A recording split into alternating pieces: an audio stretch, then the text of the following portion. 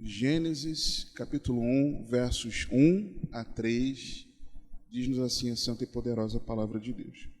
No princípio criou Deus os céus e a terra era sem forma e vazia, e havia trevas sobre a face do abismo, e o Espírito de Deus se movia sobre a face das águas. E disse Deus: haja luz, e houve luz. Amém? Pode se assentar, por favor. Irmãos, com quais lentes você e eu temos contemplado a Deus? Que lentes nós estamos colocando sobre os nossos olhos espirituais para que nós possamos contemplar a Deus? Semana passada eu comecei falando com os irmãos daquilo em que está baseada a nossa vida. Ela deve estar fundamentada, baseada em Jesus Cristo, que é a palavra de Deus, e as Escrituras nos revelam importantes verdades, que elas organizadas, elas nos trazem algumas doutrinas importantes que vamos meditar ao longo desse tempo. E a primeira delas não poderia ser diferente do que nós conhecermos ao nosso Deus. Por que eu fiz essa pergunta: com que lente nós temos contemplado a Deus? A cosmovisão da humanidade, ela está deteriorada. Como assim? Essa visão de mundo que a sociedade tem, esse conjunto ordenado de valores, de crenças, de impressões, de sentimentos, de concepções de natureza, opõe-se diretamente às Escrituras.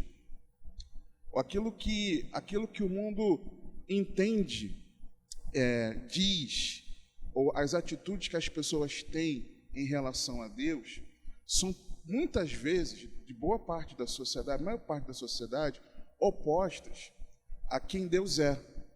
Aquilo que a Bíblia nos revela sobre quem Deus é. Alguns exemplos disso. Você tem o ateísmo, que nega a existência de um Deus pessoal. Então, se eu nego a existência de um Deus pessoal, eu não vou ter relacionamento com esse Deus. É óbvio. De qualquer divindade, aliás, também, acreditando que o universo surgiu por acaso, ou que sempre existiu, sustentado por leis inerentes e impessoais. Então, muitos vivem como se não tivessem de prestar contas a esse Deus. Vocês compreendem? Vive como se Deus não fosse real. Tem o agnosticismo. Ele não nega a existência de Deus, mas nega a possibilidade de conhecimento de Deus. Eu não sei se Deus existe, eu não sei se Deus não existe. Como não dá para saber, eu vou vivendo a minha vida assim mesmo. Aquelas pessoas que não têm convicção de que Deus é real.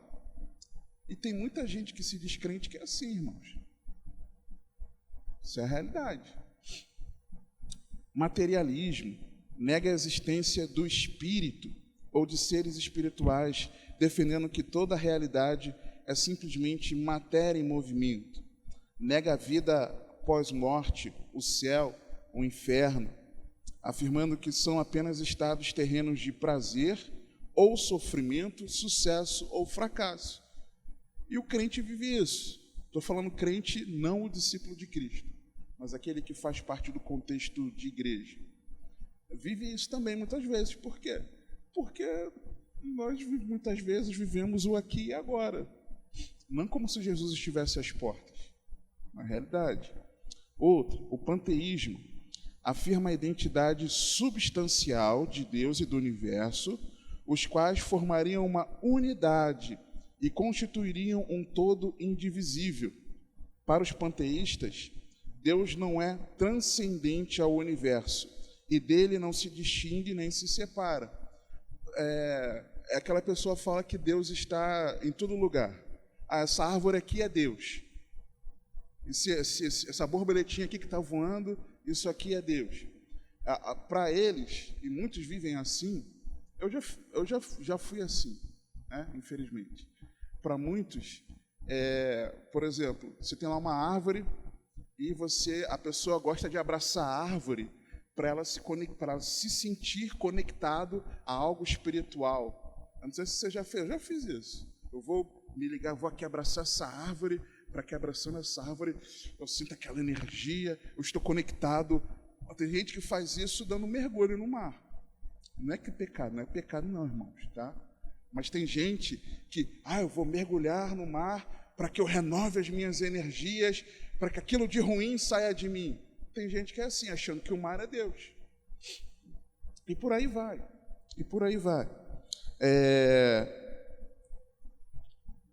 E mais, né? Pelo contrário, ela é imanente. Todas as coisas estão, de alguma forma, identificadas com Deus. Ou seja, o mundo é Deus e Deus é o mundo. Então, tem muita gente que age assim. O politeísmo, que afirma a existência de vários deuses e deusas, negando a existência de uma divindade absoluta, como ensina a Bíblia. Isso aqui, irmãos, é uma das coisas que mais acontece sem você perceber. Quando você coloca qualquer pessoa ou qualquer coisa no lugar que deveria ser apenas do Senhor, você está sendo politeísta, porque você está idolatrando alguma coisa ou alguém. Você vê, a pessoa diz que tem Jesus, mas ela gosta de ir para alguns lugares assim, para poder apresentar sua devoção a algumas entidades, mas diz que é de Deus. Um exemplo disso clássico, não falando aqui, eu não estou querendo falar de A, B ou C, mas o exemplo clássico muitas vezes o católico se diz católico e às vezes no domingo de manhã, o horário que for, está participando lá da missa, mas algum outro dia da semana está participando de algum culto afro, por exemplo, de uma religião afro, né? Muitos dizem, mas na sua casa tem lá uma espécie de um altar, onde apresenta a sua devoção a entidades, né? a imagens, e vivem como se aquilo ali fosse um Deus para a vida dela. Estou dando um exemplo, mas tem vários. O deísmo é a crença em uma divindade que fez o mundo e tudo que nele há, mas deixou que sua criação fosse regida pelas leis naturais. É diferente do panteísmo. No panteísmo é tudo misturado, Deus, o mundo, uma coisa só. Não existe um Deus acima da sua criação. Aqui, já no deísmo, não. Existe, no entendimento de quem é deísta, existe um Deus que é criador, mas que deixa a sua criação largada, abandonada. Sem sua interferência. É um teísmo sem milagres, além de rejeitar a inspiração divina das Escrituras. O deísta acredita em um Deus transcendente, mas ausente. Deus criou a humanidade e se virem, né? O deísta, ele acredita nisso. E o dualismo é um sistema filosófico que admite a existência de duas substâncias, de dois princípios ou de duas realidades. Num sentido religioso, também são dualistas as religiões ou doutrinas que admitem duas divindades, uma positiva, princípio do bem, e outra, sua oposta, destruidora, negativa. As seitas orientais, os irmãos já devem ter tido algum contato com alguém de alguma que pratica, né, algo espiritual, religioso dentro de alguma seita oriental. Você vê que a pessoa é dualista. Aquele símbolo daquele círculo, por exemplo, que tem o formato de um 6, né, de dois números 6, ou, dependendo da sua visão, dois números 9, dividindo, cada um de uma cor, e no meio dele tem o preto e o branco. E dentro do branco tem um pontinho preto, e dentro do preto tem um pontinho branco, né? É como se fosse isso. É isso, na verdade. Eles creem que existem duas forças cósmicas, duas energias opostas que formam o universo e tudo o que nele há. E daí por diante, a visão que a sociedade tem sobre Deus, irmãos, ela está distorcida. E isso, infelizmente, isso entra no nosso arraial, isso entra no nosso meio. Abra Romanos capítulo 1, por favor, Romanos 1, 18 a 22.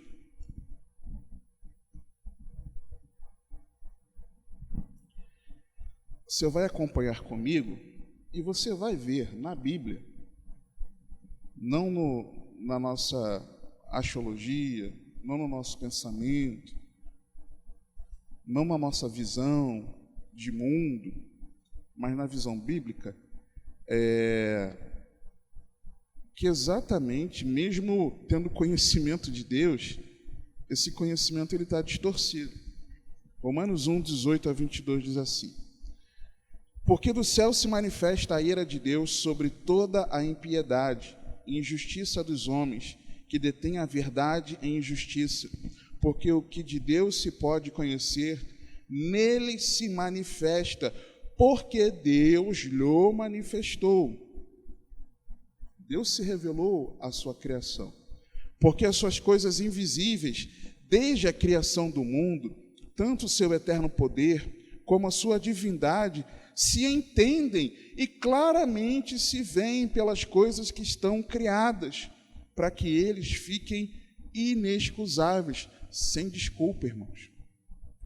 Porquanto, tendo conhecido a Deus, mas aí tendo a visão distorcida, não o glorificaram como Deus, nem lhe deram graças. Antes, em seus discursos se desvaneceram, e o seu coração insensato se obscureceu. Dizendo-se sábios, tornaram-se loucos. Então, Deus ele se revela na criação. Por exemplo, quando você vai para a Bíblia, e você vê que o povo adorava a Baal, por exemplo. Por que eles adoravam Baal? Adoravam Baal porque eles entendiam que Baal era o Deus que provia o suprimento, que mandava a chuva, que proporcionava uma boa colheita. Então, eles teriam sustento, teriam alimento. Por isso que eles adoravam a Baal. Mas como é que eles adoravam supostamente alguém que tinha o controle das leis da natureza e que dava para eles alimento? Então, na cabeça deles, por exemplo, existia um ser superior, e esse ser superior tinha um controle sobre a natureza. Eles tinham essa visão, mas não tinham essa visão em relação ao Senhor, ao Deus Criador de todas as coisas, o Senhor dos céus e da terra. Então, a humanidade, ela tem uma percepção de que existe uma divindade, de que Deus ele é real. Só que essa percepção, se ela não for direcionada, ela acaba sendo para qualquer coisa que a pessoa queira entregar a sua devoção. Então, esse senso de que existe, de que Deus é real, isso está implantado em cada ser humano. O problema é que cada ser humano faz do seu jeito, não segundo o padrão que Deus ele estabeleceu. E aí, irmãos, quando nós vamos para a palavra de Deus, as Escrituras revelam que Deus ele é o único Criador, possuidor e sustentador da vida e de todo o universo, o qual, mesmo sendo espírito e invisível aos homens, é o único em que devemos ter fé, o único digno de receber adoração e de toda glória, honra, majestade e poder, sendo desde sempre um só Deus, completamente santo, eterno, sábio, perfeito, imutável, imortal, onipotente, onisciente, onipresente e presciente, mas também se revelando distintamente como Pai, o Filho e o Espírito Santo, sendo estes iguais nos atributos divinos e no mais puro amor, que se manifestem pela verdade, justiça, misericórdia, benignidade, bondade, longanimidade, humildade, fidelidade, zelo e ira contra o mal, porém com ofícios distintos, mas sempre harmônicos. Essa definição aqui, nós temos no nosso material, Doutrina Bíblica Cristã, que está lá no nosso site, você confere lá. E cada um desses itens aqui, dessa frase gigante que eu li, a nossa intenção é meditar nelas, em textos bíblicos, nos mostrando cada uma delas. Começando com Deus, ele é o único. Abra Deuteronômio 6. Deuteronômio 6, verso 4.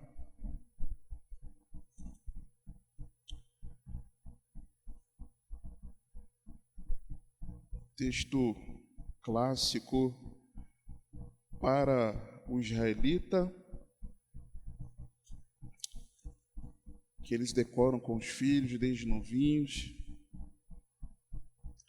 Deuteronômio 6, 4 e 5. Ouve, Israel, o Senhor nosso Deus é o único Senhor. Amarás, pois, o Senhor, teu Deus, de todo o teu coração e de toda a tua alma e de todas as tuas forças. Então, saber que Deus é o Senhor, que o Senhor é Deus, o Senhor é o nosso Deus, Ele é o único Senhor, isso precisa nos levar a um verdadeiro amor a esse Deus. João capítulo 17, verso 3, na oração sacerdotal de Jesus. Na verdade, eu não gosto de chamar de oração sacerdotal, não. Na oração de Jesus por nós,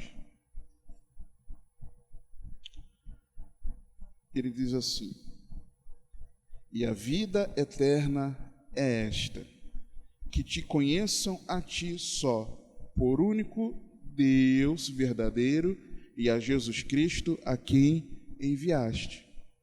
Então, saber que Ele é o único Deus precisa nos levar a um relacionamento pessoal com Ele, conhecê-lo. 1 Timóteo capítulo 2,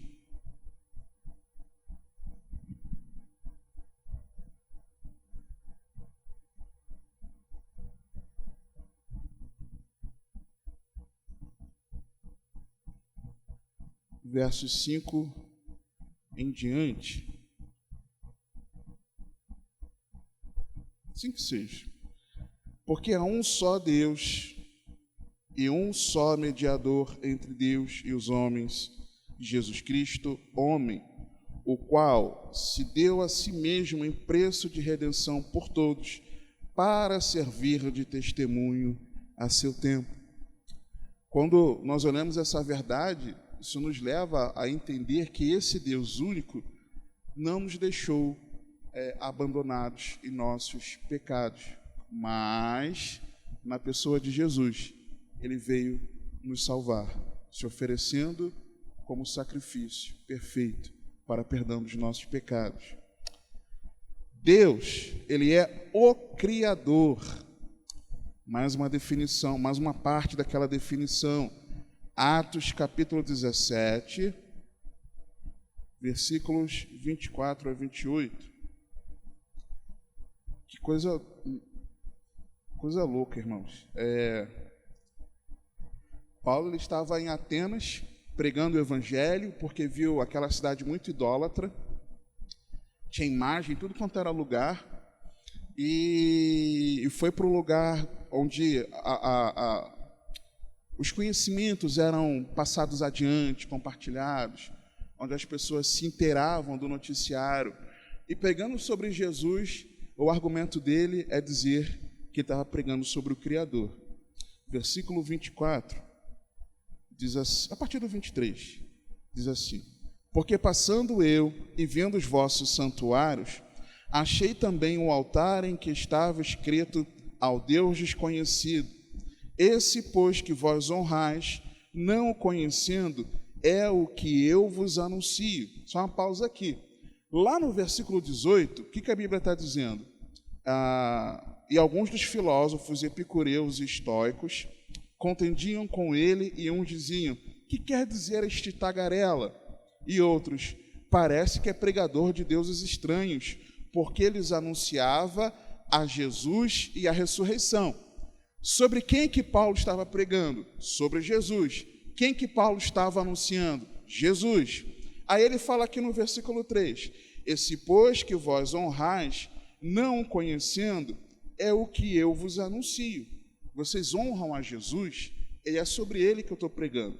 Aí continua, o Deus que fez o mundo e tudo que nele há, sendo Senhor do céu e da terra, não habita em templos feitos por mãos de homens, nem tampouco é servido por mãos de homens, como que necessitando de alguma coisa, pois Ele mesmo é quem dá a todos a vida e a respiração e todas as coisas, e de um só sangue fez toda a geração dos homens para habitar sobre toda a face da terra, determinando os tempos já dantes ordenados e os limites da sua habitação, para que buscassem ao Senhor, se porventura tateando o pudessem achar, ainda que não está longe de cada um de nós, porque nele vivemos e nos movemos e existimos, como também alguns dos vossos poetas disseram, pois somos também sua geração.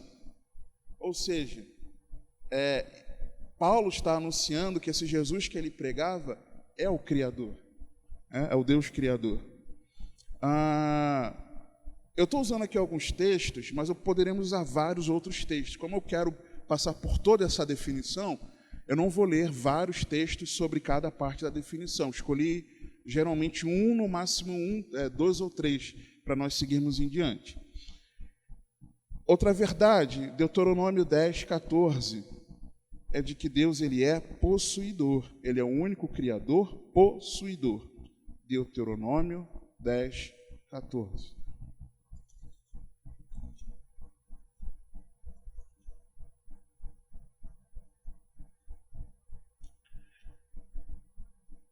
Eis que os céus e os céus dos céus são do Senhor teu Deus, a terra e tudo o que nele há.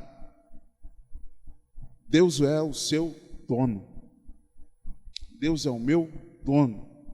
Os céus pertencem ao Senhor e a terra ao Senhor também. E tudo que está na terra pertence a Deus também. E a sua vida pertence a Deus também. É por isso que você vai precisar prestar contas dela naquele grande dia. Por isso que eu vou precisar prestar contas da minha vida naquele grande dia. Por quê? Porque Deus nos possui. Você não é o seu dono. Eu não sou o meu dono. E nada do que existe aqui na terra, nada daquilo que nossos olhos contemplam, da natureza, dos espaços, das pessoas, dos seres, nada, nem ninguém pertence a si mesmo, mas ao Deus que tudo criou. Ele é o possuidor. Uma outra verdade é que o único Criador possuidor é também o sustentador da vida e de todo o universo. Neemias, capítulo 9, passamos recentemente em nossa leitura bíblica. Neemias, capítulo 9, versículo 6.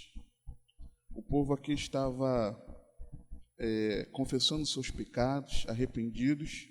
Eles passaram uma quarta parte do dia meditando na palavra e uma outra quarta parte do dia fazendo confissão a Deus, orando em arrependimento de pecados.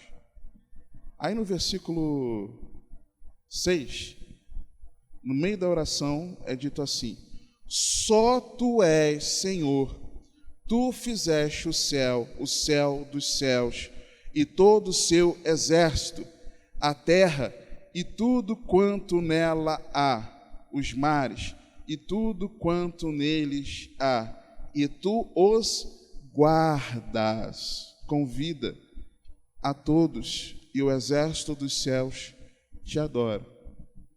Você só está vivo porque Deus te sustenta. Isso é um dos motivos pelo qual você precisa adorar a Deus. E eu também.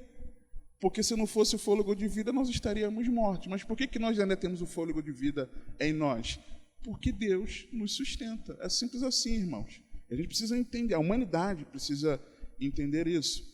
Colossenses 1, 16 e 17 fala que Jesus é aquele que sustenta também.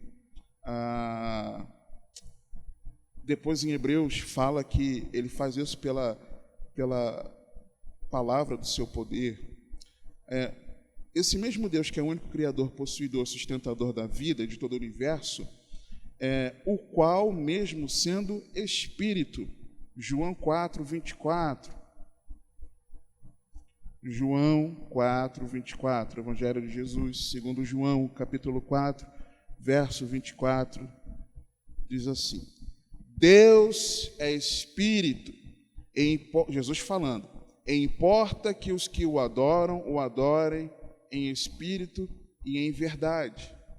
E aí, Deus é espírito, mas nós agimos como se Deus ele fosse material, físico, porque no nosso dia a dia, nós não adoramos a Deus independente do local onde nós estejamos. A nossa vida não é uma adoração a Deus independente de onde nós estejamos. Muitas vezes, a nossa adoração a Deus ela é canalizada em cânticos ou numa postura religiosa nesse ambiente aqui, junto dos irmãos. E nós não nos relacionamos com Deus sendo Espírito. E Ele é. E, sendo Espírito,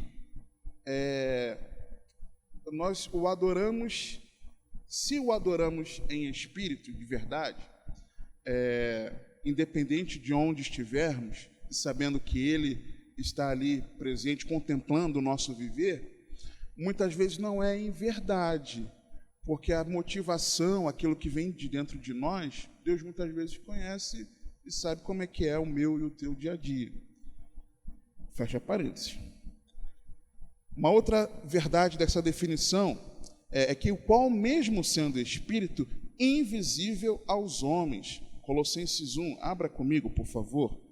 Colossenses 1, Epístola de Paulo aos Colossenses, capítulo 1, versículo 15.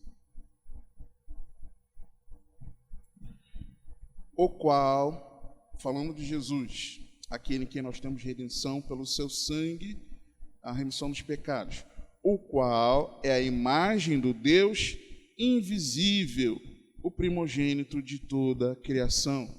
Deus, ele é invisível aos homens. É o único em que devemos ter fé. Mesmo sendo Espírito e invisível a mim e a você, ele é o único. Deus é o único, mesmo sendo invisível aos nossos olhos, é o único em quem nós devemos ter fé. João 14:1. Escolhi esse texto aqui, João 14:1.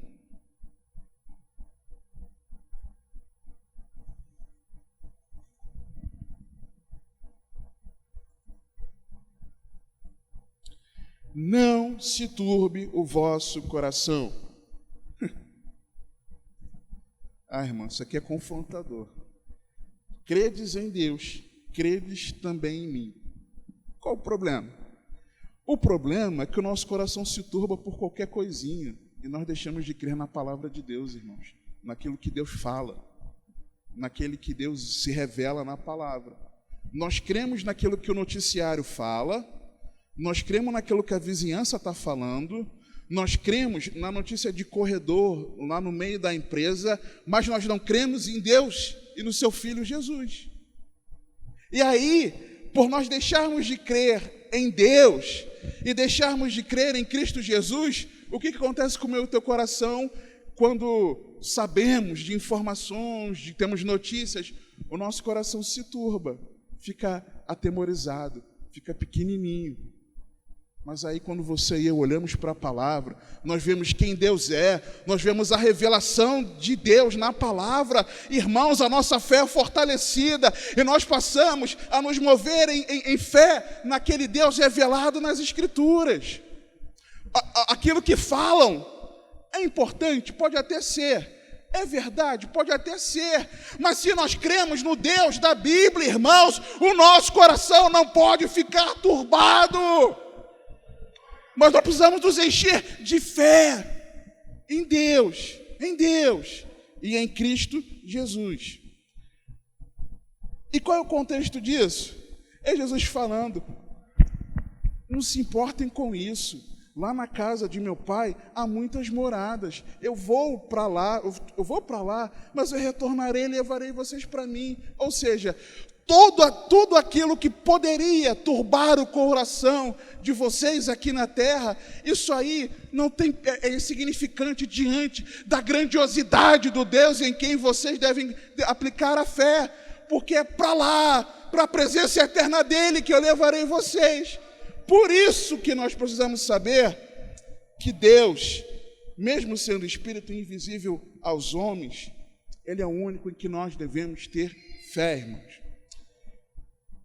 Ele é o único digno de receber adoração. Vários textos, mas Mateus 4:10. Mateus 4:10. Mateus 4:10. Eu fico repetindo, irmãos, é para dar tempo da minha mente lembrar onde é que fica o livro, entendeu? Mateus 4:10. Aqui. Jesus sendo tentado pelo diabo, aí Jesus ensina algo que o diabo sabe, mas relembra, joga na cara. Então disse-lhe Jesus: vai-te, Satanás. Eu não consigo entender que Jesus falou isso aqui calminho, tá, irmãos? Vai-te, Satanás, porque está escrito: ao Senhor teu Deus adorarás, e só a Ele servirás. Nós muitas vezes, irmãos, nós nos curvamos às circunstâncias. Nós muitas vezes nos curvamos àquelas pessoas, às vezes, que têm algo a nos oferecer. Aquela pessoa que, no trabalho, por exemplo, aquela pessoa que você sabe que, se eu colar naquela pessoa, eu vou receber um benefício legal aqui no trabalho, meu nome vai ficar em evidência, vai falar do meu nome para o chefe, e aí você começa a bajular aquela pessoa. Infelizmente, eu já fiz isso, tá? Estou falando de mim, da minha vida. Mas, infelizmente, acontece isso. Tem gente que faz isso no contexto da igreja. Vou colar naquele irmão, porque aquele irmão eu acho que é amigo do pastor. Tem isso também. Aí você passa a meio que se curvar, depositar uma devoção a uma pessoa, a um semelhante a você, quando na verdade você e eu deveríamos adorar somente a Deus. Acontece isso também. Isso eu estou falando de exemplos práticos, né? Outra verdade dessa definição maior é que Deus é o único digno de receber adoração e de toda a glória, honra, majestade e poder. Eu separei aqui Apocalipse capítulo 4, irmãos, versos 9 a 11. Apocalipse 4, versos 9 a 11. Visão da sala do trono.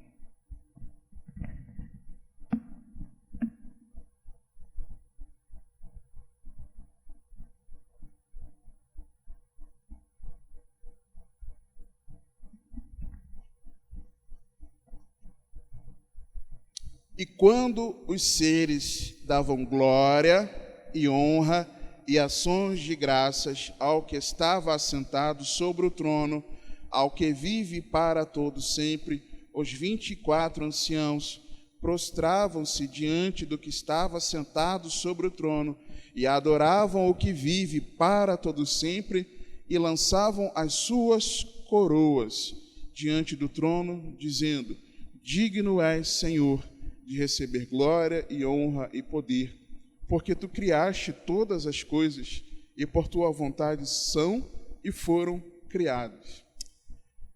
Uma outra verdade é que, sendo desde sempre um só Deus, Salmo 90, verso 2.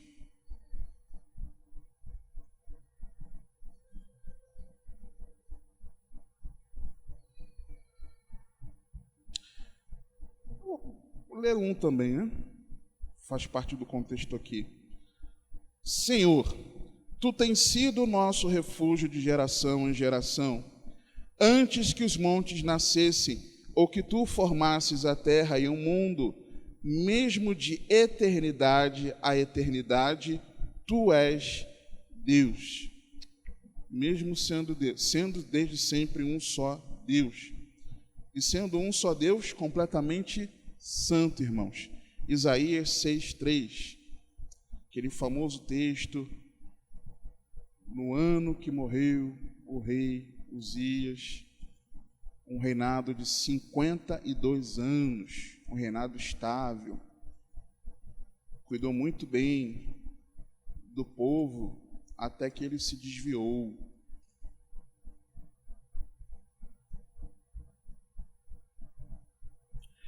E clamavam uns aos outros, dizendo: Santo, Santo, Santo é o Senhor dos exércitos, toda a terra está cheia da sua glória. Lá em Apocalipse, um versículo antes do que nós começamos a ler, no versículo 8 do capítulo 4, também, mesma coisa, os anjos clamando, santo, santo, santo, um Deus completamente santo. Só uma curiosidade, irmãos, quando nós vamos para João, no capítulo 12, está sendo dito ali sobre aqueles que ouviam, mas não criam, ouviam as palavras de Cristo, mas não criam. Aí é mencionado algo que é dito aqui no capítulo 6 de Isaías, alguns versos adiante, o versículo... Deixa eu achar aqui, né? Versículo 10. Engorda o coração deste povo e faz-lhes pesados os ouvidos e fecha-lhes os olhos, para que ele não veja com os seus olhos e não ouça com os seus ouvidos, nem entenda com o seu coração, nem se converta e seja sarado. Isso é falado lá, por exemplo, nesse evangelho. E quando o texto faz essa referência, ele fala assim: isso disse Isaías quando ele viu o Senhor. Quem que Isaías viu assentado no alto sublime trono? Jesus, irmãos. Isaías viu Jesus assentado no alto sublime trono. Seguindo aqui, Deus, sendo desde sempre um só Deus, completamente santo e também eterno. Lamentações, aproveitando que você está em Isaías, avança um pouco. Isaías, Jeremias e Lamentações, capítulo 5, verso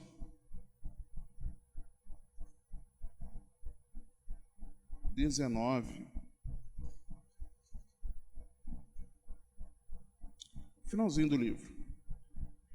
Tu, Senhor, permaneces eternamente, e o teu trono subsiste de geração em geração. Deus é eterno.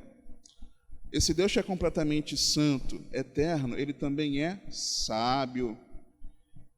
Dentre vários trechos falando sobre a sabedoria de Deus, Romanos 16, versos 25 a 27. Romanos 16, 25 a 27.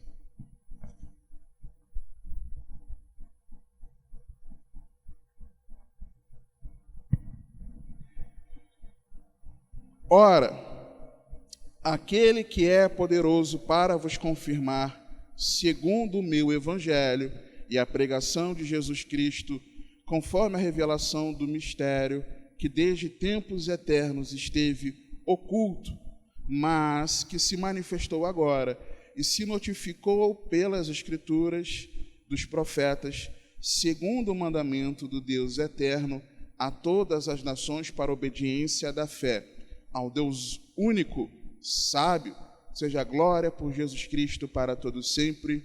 Amém. Por que Paulo ele escreve aqui vamos chamar assim, esse hino de louvor curtinho a Deus?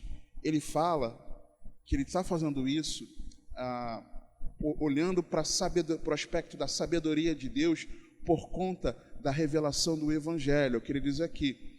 A pregação de Jesus Cristo, conforme a revelação do mistério que desde tempos eternos esteve oculto, mas que se manifestou agora e se notificou pelas Escrituras dos profetas. A revelação do Evangelho em Cristo Jesus. Então, Paulo estava maravilhado. No capítulo 11, Paulo também, é o 11? Quando ele fala lá, porque dele, por ele, para ele são todas as coisas, ele está acabando de falar da revelação, da maravilha da revelação do Evangelho. Então, Paulo aqui estava louvando a Deus por sua sabedoria na revelação do Evangelho, por ele desde a eternidade, ter providenciado a minha e a sua salvação. Um mistério que ao longo da história da humanidade, conforme a palavra foi sendo escrita, foi sendo revelado, de pouquinho em pouquinho, até que plenamente, quando Jesus veio, quando o Verbo encarnou, o mistério que esteve oculto foi revelado. E Paulo está dizendo que isso é a manifestação da sabedoria de Deus. Esse Deus, completamente santo, eterno, sábio, ele é também perfeito. Mateus capítulo 5, versos 48. Um texto que Jesus está falando de um amor ao que aos nossos olhos é inimigo. Lá no Sermão da Montanha, Mateus 5, verso 48. Sede vós perfeitos, como é perfeito o vosso Pai que está nos céus. Se Deus é perfeito, Deus erra, irmãos. Irmãos, eu fiquei chocado agora. Se Deus é perfeito, Deus erra, irmãos?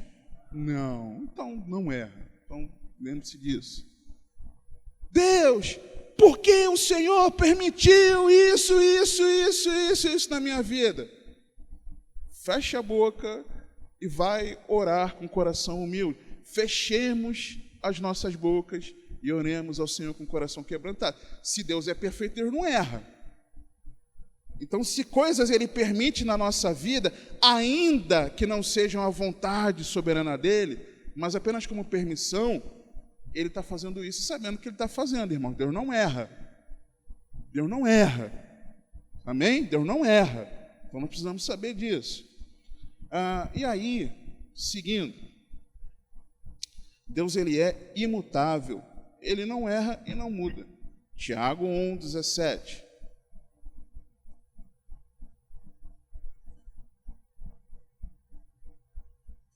Tiago 1, 17.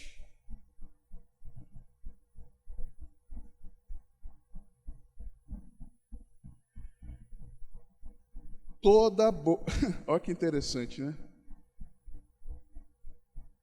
O texto aqui falando para imediatamente depois de falar para nós não errarmos, dizendo que o contexto aqui do pecado é culpa do nosso coração mau.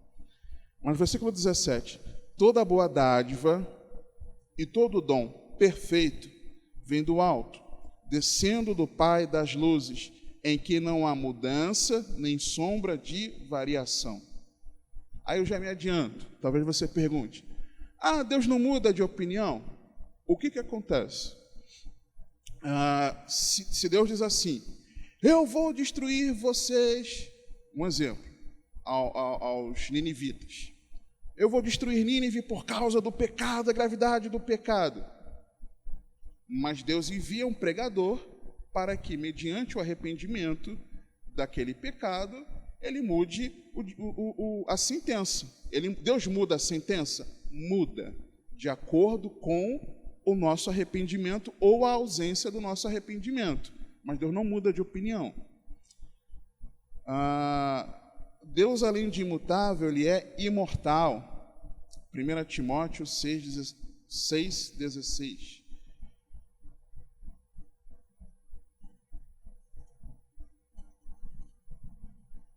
1 Timóteo 6,16.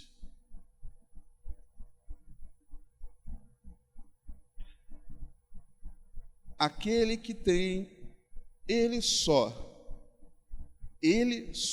mas ninguém. Aquele que tem, ele só, a imortalidade, e habita na luz inacessível, a quem nenhum dos homens viu, nem pode ver, ao qual seja honra e poder sempre eterno. Amém. Esse Deus imutável e imortal, ele é também onipotente.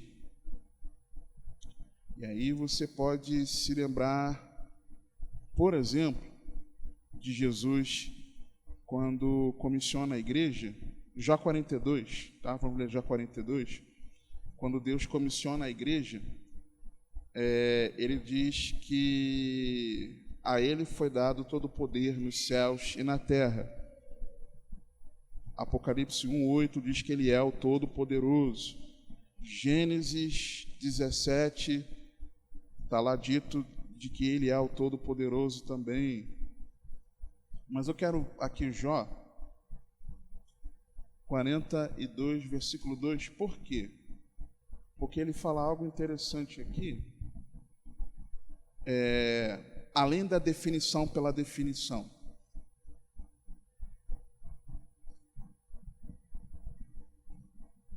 Bem sei eu que tudo podes e que nenhum dos teus propósitos pode ser impedido. Por que eu escolhi esse texto aqui? Porque não é uma definição, não é um texto que apenas diz que Deus é todo-poderoso. Diz que sim, que Deus tudo pode e que nenhum dos propósitos dele pode ser impedido. Mas o detalhe que eu quero nos chamar a atenção, que Deus quer nos chamar a atenção aqui, é o início do versículo. Bem sei eu. Não é apenas da boca para fora. Deus tudo pode, Deus é todo poderoso. Bem sei eu. Você e eu precisamos, irmãos, ter a convicção plena de que Deus é todo poderoso e que não há impossíveis para o nosso Deus. Bem sei eu. É uma experiência pessoal que cada um de nós precisa ter com esse Deus que é o Todo-Poderoso. Bem sei eu. Não, eu li na Bíblia, o pastor pregou, não. Eu sei que Deus pode. Eu sei que Deus é poderoso. Eu sei que nenhum plano de Deus pode ser anulado. Ele tudo pode, eu sei. Eu tenho experiência com Deus. Eu vi o milagre de Deus na minha vida. Quando eu estava caminhando para o inferno, Deus me resgatou com mão forte. Eu sei que Deus tudo pode. É bem sei eu, irmãos, é uma experiência. Esse Deus que é onipotente, Ele também é onisciente. Salmo 139. Perdão, tá, irmãos, pela mistura de ensino bíblico com pregação. Salmo 139, versos 1 a 4, vemos que Deus ele é onisciente. Senhor, Tu me sondaste e me conheces.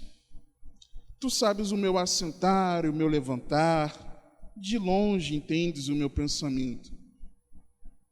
Cercas o meu andar e o meu deitar, e conheces todos os meus caminhos. Não havendo ainda palavra alguma na minha língua, eis que logo o Senhor tudo conhece. Deus nos conhece, irmãos. Sabe, poderia usar outros textos aqui, que fala do Deus que sabe de todas as coisas. Mas por que esse texto aqui? Porque esse texto aqui ele é muito pessoal. É uma oração muito pessoal do salmista, dizendo que sabe que Deus conhece ele no seu íntimo. Que alguém que sabe que Deus está ali com o seu olhar atento a como você levanta, a como você caminha no dia, a como você deita, no que você pensa, na angústia que passa dentro do coração, nas inquietações da alma. É um texto muito pessoal. Tu sabes o meu assentar, o meu levantar, de longe entendes o meu pensamento.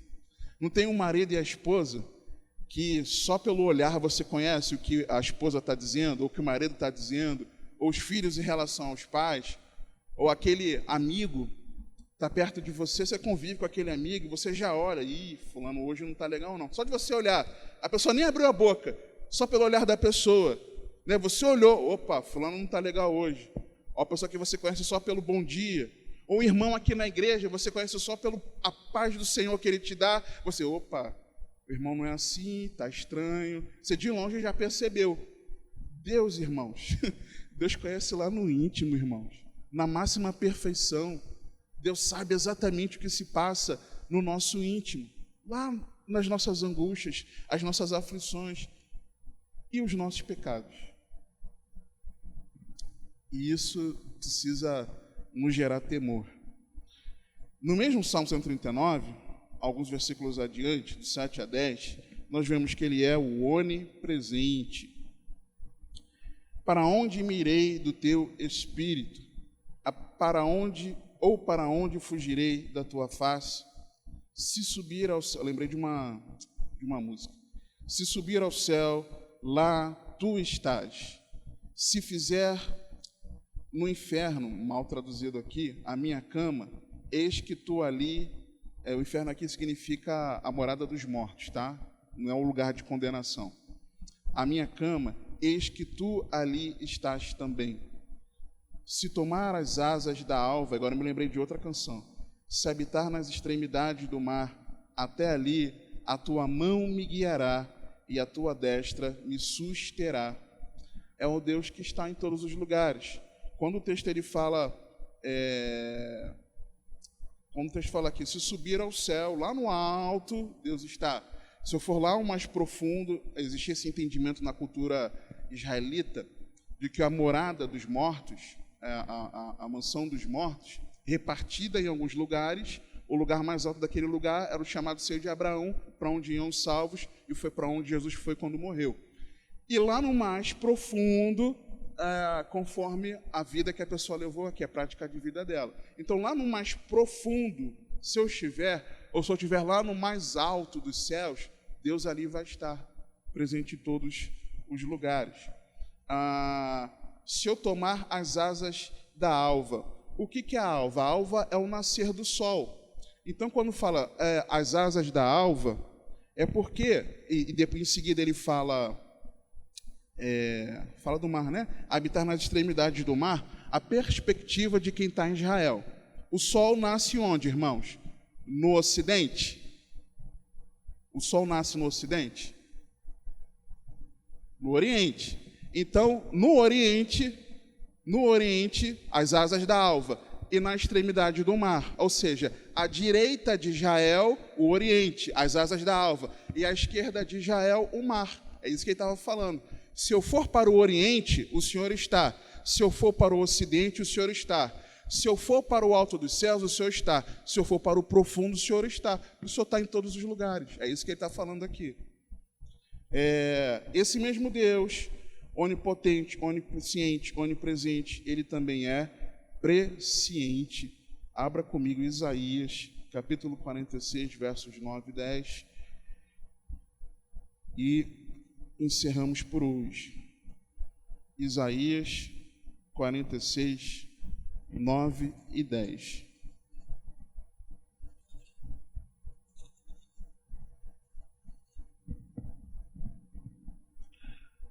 Lembrai-vos das coisas passadas desde a antiguidade, que eu sou Deus, e não há outro Deus, não há outro semelhante a mim, que anuncio o fim desde o princípio, e desde a antiguidade as coisas que ainda não sucederam, que digo, o meu conselho será firme, e farei toda a minha vontade. Somente Deus, sendo presciente, pode falar o que vai acontecer lá no início. Somente quem sabe como as coisas vão se desenrolar. Por isso que ele é o Deus presciente. Mas esse Deus, irmãos, recapitulando aqui,